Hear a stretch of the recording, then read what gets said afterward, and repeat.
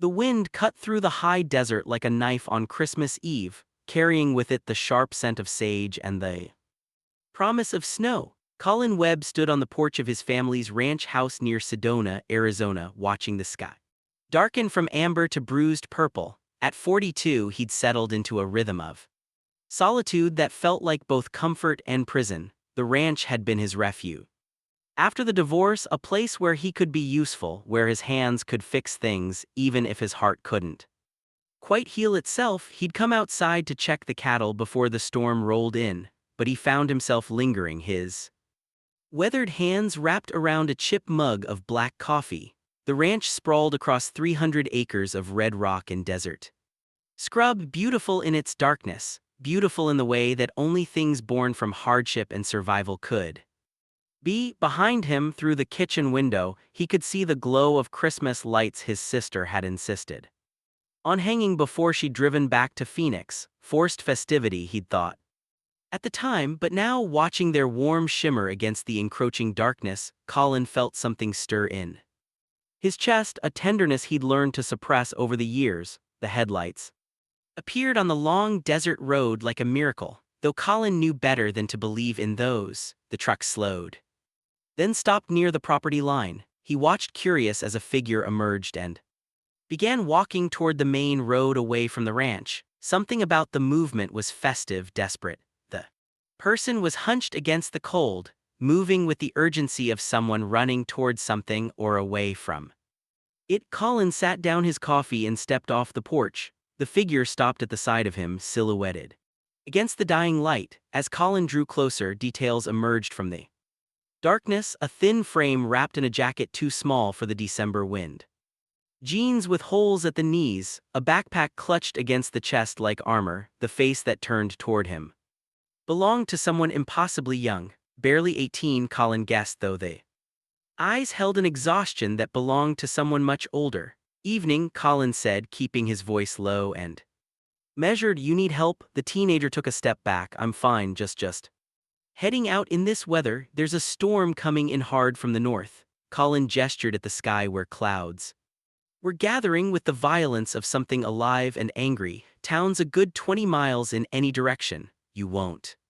make it. Not your problem, mister. The kid had a slight accent. Texas maybe, or Oklahoma. Pride sung through his words even as fear trembled beneath them. Name's Colin. He didn't move closer, aware that his size could intimidate. 63 and still lean despite the easy years. He was accustomed to people being wary around him. What's yours? A long pause. The wind pushed between them like an unwelcome guest. Jack, the teenager finally said. I'm Jack. Well, Jack, I'm not asking your life story. I'm telling you there's a storm coming, and I have a barn with hay and electricity.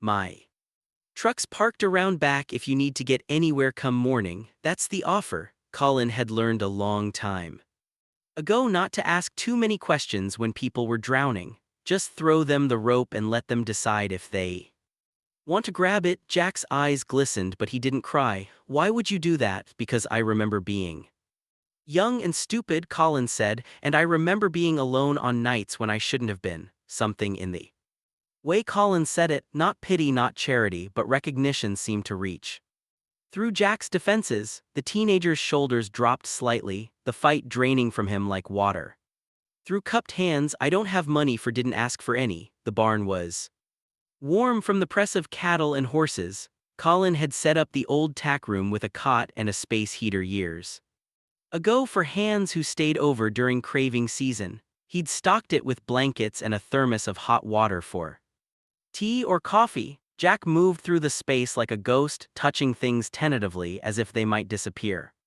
if he held on too tightly. There's a bathroom through there, Colin said, pointing to the side door. Hot water works. Shower if you need one. I'll bring you some clothes and food in about an hour. You don't have to. I know I don't. Colin met the teenager's eyes directly. But I'm going to, so you might as well let me. After he left Jack to settle in, Colin moved through the house with new purpose. He pulled together clothes that might fit: old jeans, thermal shirts, a sweater his sister had given him that he'd never worn. From the kitchen, he gathered an assortment of the good food: real cheese, fresh bread, the leftover roast chicken, vegetables, nothing from the Charity pile, he thought everything as if it were a gift for someone he valued. When he returned to the barn, Jack had showered and changed. The kid looked smaller, clean, younger. His dark hair was still wet, plastered to his forehead. Without the layers of grime, Colin could see the gentle slope of his cheekbones, the delicate structure of his jaw. Jack was beautiful in a way that seemed dangerous to him, beauty that poverty and fear had tried and failed to erase. Food's here, Colin said simply. Eat, then sleep. Morning will be better than tonight. They always are. Jack accepted the plate with shaking hands. Why are you being so nice? You don't know me. I could be anyone. I could rob you. Colin pulled up a folding chair, settling into it with a groan. Could be, probably won't. And if you're wondering why I'm not asking for a sob story, it's because I learned a long time ago that trust is something people have to give you. It's not something you can demand. Did someone give you that? Jack asked quietly. Trust. Colin thought of his mother, who held his hand when he finally told her what he was, and wept. Not from shame but from sorrow that the world had made him scared to tell her. He thought of his sister, who had punched her ex-husband in the face when she found out he'd sent Colin a divorce card signed, "Congratulations on being free." He thought of the ranch hands who'd never once said anything when he dated men, just simply accepted it as part of who Colin was. Yeah, he said, I did, and I'm passing it forward. Jack ate slowly, as if eating quickly might cause someone to take the food away. Colin watched him with the patience of a man who'd learned that some silences were more eloquent than conversation. When the teenager finished, Colin showed him how to work the space heater, made sure he had enough blankets, set out a lantern. There's a bell on that table, Colin said, pointing. You need anything in the night, anything at all, ring it. I'll hear it from the house. Will you? Jack asked. Hear it, I will, Colin promised. As he walked back to the house, Colin found himself thinking about his own exile. How he'd come to this ranch to escape himself and had instead found something like peace in the endless work of caring for things. How the desert had taught him that beauty could exist in emptiness, and that sometimes what looked barren on the surface held entire universes beneath it. He stood at the kitchen window and watched the snow begin to fall, each flake catching the Christmas light and holding it for a moment before letting it go. Tomorrow, he told himself, Jack would leave. The roads would clear and the kid would head wherever it was he'd been going. This was just one night, a small kindness in a hard world, but even as he thought it, Colin knew he was lying to himself. Colin didn't sleep that night. He sat in his study with a cup of herbal tea. Chamomile, the one thing his therapist had convinced him might help, and stared at nothing. Through the window he could see the barn, its silhouette softer now beneath the falling snow. Inside that barn was a young man who'd been searching through trash on Christmas Eve. What had Colin seen in his face when the fear faded? He'd seen something that made his chest ache with an emotion he'd spent years learning to control. He'd seen himself, he realized, not the man he'd become, but the boy he'd been. 17, terrified, convinced that loving the wrong person meant dying alone. The boy who'd run to this ranch because it was the only place that had ever felt like shelter. His father had owned it then, and though his father had never quite known how to speak to him after Colin came out, the old man had never thrown him away either. He'd just given him work to do and space to heal. Now at 42, Colin was his father's heir. The ranch was his, and inside his barn was a boy who needed saving almost as much as Colin once had. The bell rang at 3:00. In the morning, Colin didn't pause. He grabbed a flashlight and moved toward the barn, already imagining catastrophe. The space heater had failed, or Jack had taken ill, or he found Jack standing in the middle of the tack room, wide awake, tears streaming down his face. The teenager wasn't looking at Colin, he was looking at nothing, his small frame shaking with sobs that came from somewhere deep, from some place where pain lived like an unwanted roommate. Hey, Colin said gently. Hey. You're okay, you're safe. I'm not safe, Jack gasped. I'll never be safe. They'll find me, they always find people like me. Colin understood then this wasn't just a runaway, this was someone fleeing something specific, someone running for his life. He moved slowly, deliberately, and gently guided Jack to sit on the cot. Then with the kind of careful tenderness that had no expectations attached to it, Colin held him. Jack didn't resist, instead he collapsed against Colin's chest, his sobs turning into something quieter, something like acceptance. Colin didn't ask questions, he simply held this boy. Because that's what he was, a boy, barely more than a child, and let him feel whatever he needed to feel. The barn around them was warm and quiet, filled with the breathing of sleeping animals and the sound of snow hitting the roof. "It's going to be okay," Colin whispered, not sure if he was trying to convince Jack or himself. "I don't know how yet, but it's going to be okay." "You can't promise that," Jack said into his shirt. "No," Colin agreed. "But I can promise that you're not alone in it, not anymore, not while you're here." They stayed that way until the snow stopped falling and the first edge of dawn began to lighten the sky.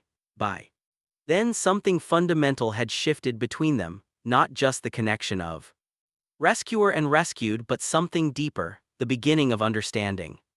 The first fragile roots of trust. Morning came gray and cold, the snow having transformed the desert into something that looked almost like home. Colin woke on the chair where he'd fallen asleep. Jack curled up on the cot behind him, finally peaceful in sleep. For a long moment Colin simply watched him breathe, feeling something dangerous crystallize in his chest. He recognized it immediately, the beginning of investment, the dangerous softening that came from caring about another person's fate. He left before Jack woke, needing distance and coffee and the clarity that came from work. The ranch needed him, the horses needed feeding, the cattle needed checking, and the practical demands of survival pulled him back into the rhythm that had sustained him for the past 15 years. But even as he worked, his attention kept drifting to the barn. What was Jack's story? Where was he running from? And more importantly, what kind of man was Colin becoming if he let this teenager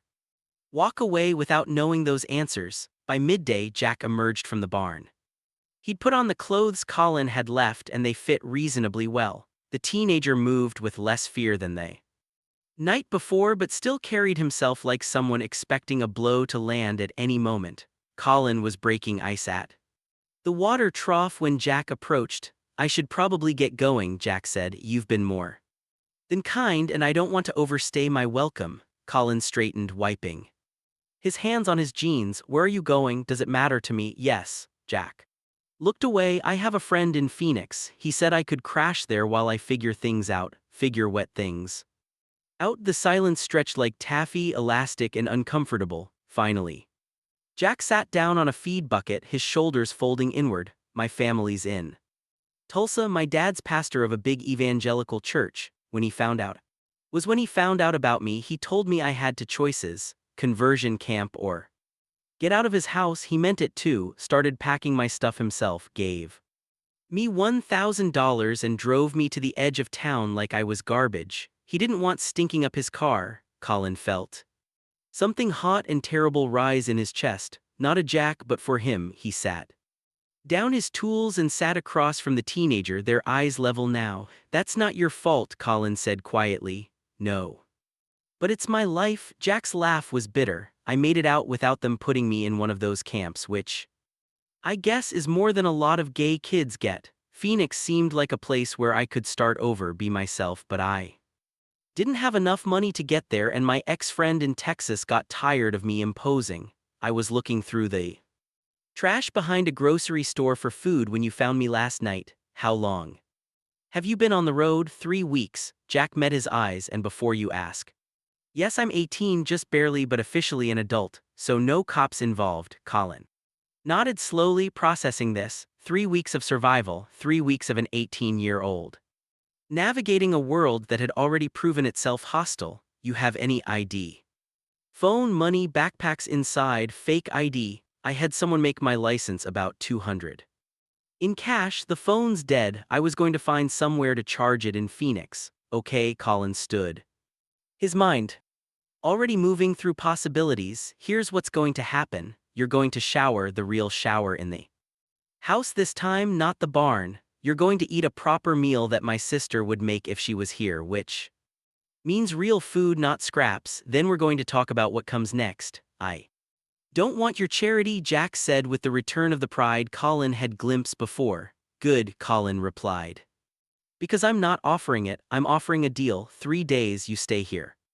For 3 days you eat, you sleep, you rest. In exchange you tell me your story and I help you figure out a plan that isn't just hope your ex-friend feels generous. Sound fair? Jack stared at him for a long moment, something suspicious and hopeful warning in his expression. Why would you do that? Because Colin said, extending his hand. I've been where you are, not exactly but close enough, and if someone hadn't done this for me I don't know if I would have made it, so I'm doing it forward. 3 days, Jack, that's all I'm asking. Jack looked at his hand for a moment, then reached out and shook it. His grip was tentative, fragile, but it was there. The next 2 days unfolded in a rhythm that reminded Colin why he'd chosen this life. There was something fundamentally healing about routine, about purpose. Jack seemed to understand this intuitively. The teenager fell into the work without being asked, helping feed animals, mending fences, cleaning tack. His movements were careful, respectful, the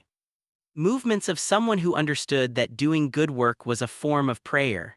They talked slowly, the words coming easier as they worked. Jack told Colin about growing up as a pastor's son, the suffocating pressure to be perfect, to perform righteousness, to hide the part of himself that didn't fit the script. He talked about the first time he'd kissed another boy behind the church during vacation Bible school and the exhilaration that had lasted exactly until his father overheard him and another counselor talking about it.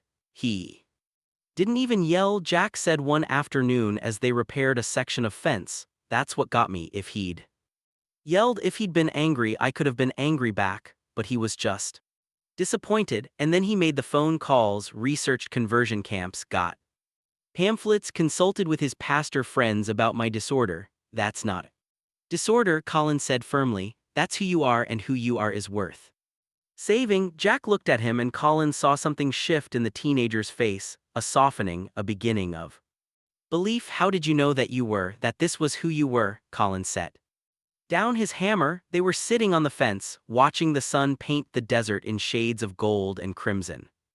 Behind them, the property stretched endlessly under the vast Arizona sky.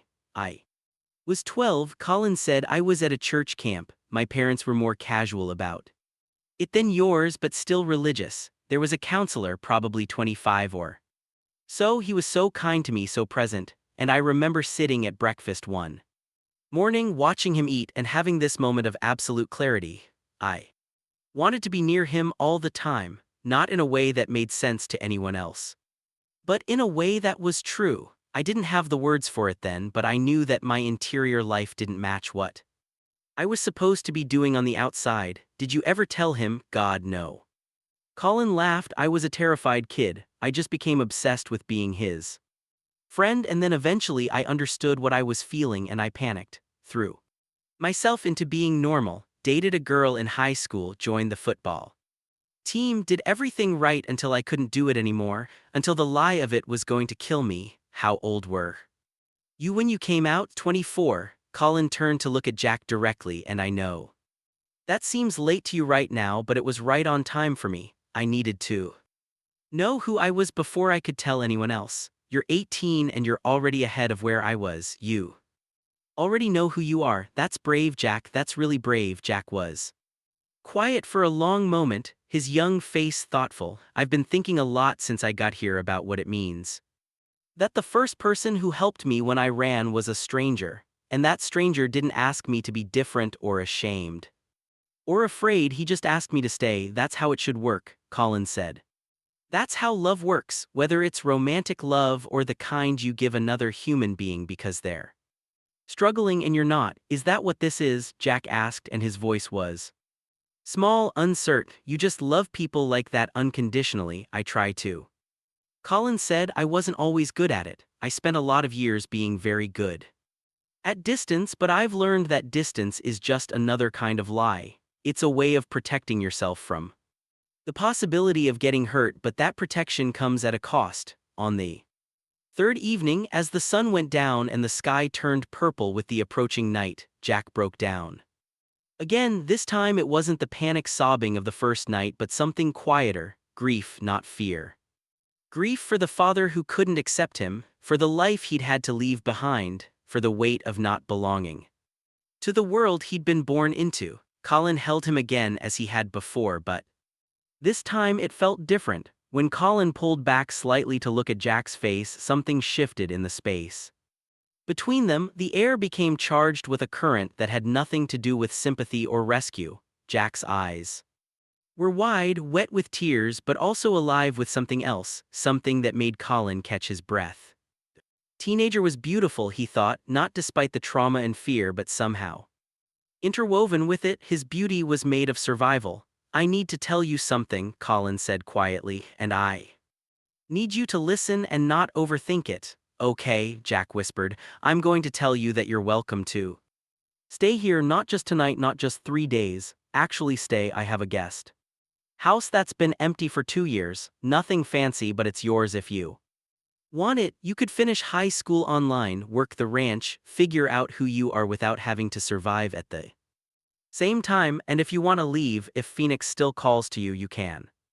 I'll help you get there safely, but I'm offering you a place to land, if you want it. Why? Jack asked again, and this time the question held layers. Not just why would Colin help, but why would any of this be happening? Why would someone from a lonely past want to shelter someone from a lonely present? Because I recognize something in you, Colin said carefully, something that needs protecting, not because you're fragile, but because you're valuable, and because I'm tired of being alone. I've been alone for a long time, Jack, and it's made me into someone who exists rather than lives.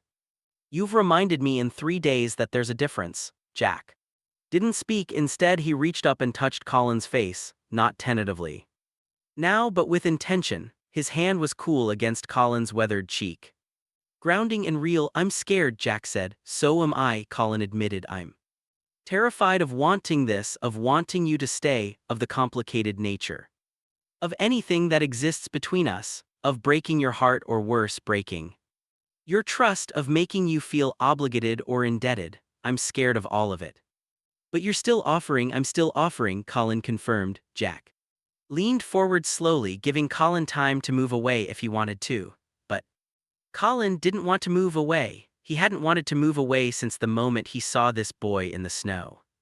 Their kiss was gentle, exploratory, not the kiss of two people who knew each other well, but the kiss of two people meeting themselves in each other for the first time. It tasted like salt and hope, and the fragile beginning of something neither of them quite understood. When they pulled apart, Jack was crying again, but also smiling. I want to stay, Jack said, but I need to know. This isn't pity. I need to know that you see me as someone real, not just a project or a good deed. I see you, Colin said. I see you, Jack. I see your strength and your humor and the way you've learned to survive without becoming hard. I see a young man who deserves to be happy, and I'm asking for the chance to try to help make that happen, not because you're lost, but because I think maybe we can be found together. Christmas morning arrived like a gift neither of them had expected. The snow had melted in the warming desert sun, leaving the ranch clean and new. Colin had strung more lights along the porch, proper ones, colorful and bright, and baked what he called his emergency Christmas cookies, which were better than they should have been. Jack woke in the guest house, a small cottage about 50 yards from the main ranch, and found Colin waiting with coffee and a thermos of cocoa. They'd agreed that the previous night needed time to settle, that anything between them needed space to breathe before they transformed it into something defined. This morning, standing in the cold desert air with the world waking around them, that decision felt wise. Merry Christmas, Colin said, and Jack smiled. You too, Jack replied. I haven't had a good Christmas in a really long time. Then we're going to make this one count. They spent the day in the simple activities of living. They cooked together a full meal, not the survival diet of Jack's recent past. They took the horses out on the property, and Colin taught Jack how to ride, his hands steady on the teenager's waist as Jack found his balance. They sat on the porches after light turned golden, and Colin told stories about his childhood on this ranch, about his father's quiet strength, about his mother's fierce love. She calls, Colin said, about once a month. I think she's trying to figure out if I'm happy. She worries that I'm wasting my life out here, that I should be in Phoenix or Tucson where I could date men my own age, have a life outside of work. Are you, Jack asked, wasting your life? Colin considered this. I was, I think, but not anymore. That evening, as the sun disappeared below the distant mountains and stars began to emerge in the deepening sky, they sat together on the porch swing, the same one Colin had sat on Christmas Eve waiting for nothing. Now everything felt different. I need to tell you about some practical things, Colin said. If you're going to stay, we should talk about how this works. Okay, Jack said cautiously. First, I want you to finish your education. I've looked into programs where you can earn your GD while working. I'll pay for that, not as charity but as an investment in someone I believe in. What else? I want you to have your own space and your own money. I'll pay you a wage for work on the ranch. It'll be fair, better than fair. You can save if you want to or spend it, but it's yours. I'm not going to be a parent, Jack. I'm not going to control you or trap you, but I'm asking for you to be honest with me. If you're unhappy, if you want to leave, if this doesn't work, we talk about it, we figure it out, but we don't run toward or away from things without talking first. Is this because you're afraid I'll leave? Jack asked quietly. I am afraid of that, Colin admitted, but also I'm afraid I'll hurt you. I'm afraid I'll do something that reminds you of your father's disappointment. I'm afraid that you'll realize that being with me is a cage, just a different kind. So yes, I need to know that we can communicate. I can do that, Jack said. I want to do that. Then there's one more thing, Colin continued. We take this slowly. What I feel for you is real, but some of it is complicated by rescue, by proximity, by the fact that you need someone right now, and I've positioned myself to be that someone. Before we go down a road that looks like romance, we need to know that what's between us exists outside of crisis. So we date properly, we get to know each other, we leave room for error and rethinking. Does that make sense? It does, Jack said, and he reached for Colin's hand. Thank you for being so careful with me. Thank you for letting me, Colin replied. The next months unfolded with the gentle progression of a desert spring. Jack enrolled in an online GED program and threw himself into it with the intensity of someone who'd learned to value education as a form of freedom. He worked alongside Colin on the ranch, learning not just the mechanics of ranching but the philosophy behind it, the way that caring for land was a form of meditation, a way of being present in the world. They fell into rhythms together: morning coffee on the porch, work through the day, evenings reading books to each other or walking the property. As darkness fell, the touches increased gradually: a hand on the back of the neck, a kiss on the temple, their fingers intertwined as they sat watching sunsets. 3 months after Christmas Eve, Jack got his GET results. He'd scored in the 94th percentile. Colin took him to Sedona to celebrate, and they had dinner at a nice restaurant where they didn't hide the fact that they were together. A couple at the next table smiled at them knowingly. No one said anything cruel. It was, Jack told Colin later, the first time he'd ever felt accepted in a public space my whole life. I've been watching people for signs of rejection, Jack said as they drove back to the ranch that night. It's exhausting, and here it's like that doesn't exist, like we can just be, we can be, Colin confirmed. That's the gift of isolation. I guess nobody here cares enough to be judgmental. No, Jack corrected, I think that's your gift. You built a life where judgmental people don't have access to you, and you're teaching me that it's possible to do that. 5 months into his time at the ranch, Jack suggested they talk about what they were to each other. I love you, he said simply. They were in the barn working on cleaning tack, a ritual they developed that felt somehow both peaceful and intimate. I don't know if I'm supposed to say that or if I'm supposed to wait for you to say it first, but I do. I love you, Colin. Colin sat down the saddle he was working on. He looked at Jack, really looked at him. The teenager was no longer just surviving, he was thriving. His body had filled out, his skin had clarity, his eyes held light. He looked like someone who belonged somewhere, someone who put down roots. I love you too, Colin said. I have since that first night. That's why I was terrified. But I'm less terrified now. Now I'm mostly just grateful. What are we going to do? Jack asked. I mean, practically I can't stay in the guest house forever. People will talk, people. We'll talk anyway, Colin said, but if you want to move into the main house, into my room, into my life, I want that. Not because of what anyone else thinks, but because I want to wake up next to you. I want to make a life with you. I want to see where this goes, even though I'm so much younger, even though 6 months ago I was searching through trash. Yes, Colin said firmly, because none of that matters. What matters is who you are now and who you'll be tomorrow, and whether we can be those people together. That's what matters. They moved into the main house together that weekend. Colin's sister arrived unannounced on a Saturday, found them in the kitchen cooking breakfast, and simply smiled. She hugged them both, congratulated Colin on finally figuring out how to live, and then spent the afternoon with them, seemingly unsurprised by any of it. I was wondering when you'd find someone, she told Colin privately while Jack was showering. You weren't meant to be alone. None of us are really. Some of us just take longer to figure that out.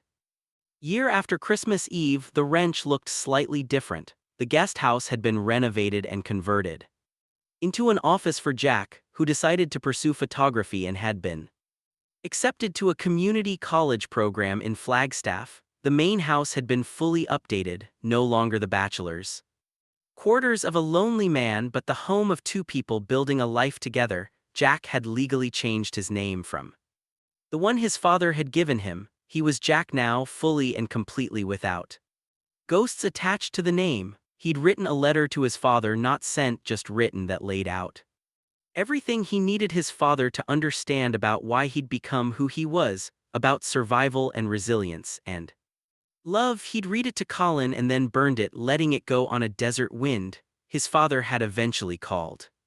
They hadn't reconciled, but they had spoken, and Colin could see that some small weight had lifted from Jack's shoulders when that conversation ended. Not healing exactly, but acknowledgement. The first step toward a different kind of peace on Christmas Eve, exactly 1 year from the night Colin had found him in the snow. They stood together on the same porch where it had all begun.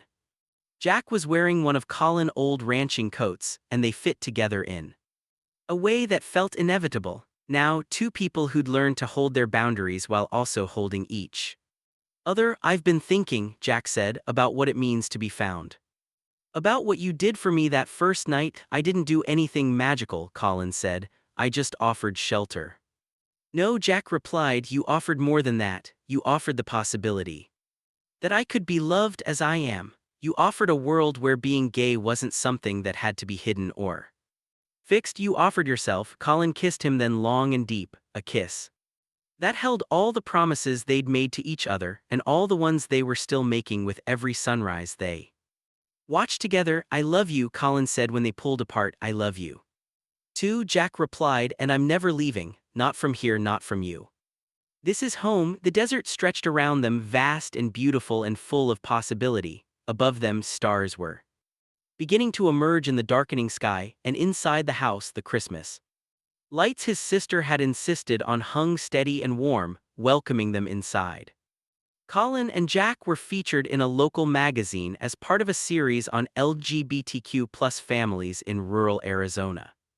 The article didn't focus on drama or rescue narrative, but on the quiet, steady love they'd built together. It talked about Jack's photography career, now flourishing with commissions from galleries in Phoenix and Flagstaff. It talked about Colin's decision to lease part of the ranch to a sustainable farming cooperative, turning it into something not just productive, but purposeful. Most importantly, it talked about the way they'd found each other.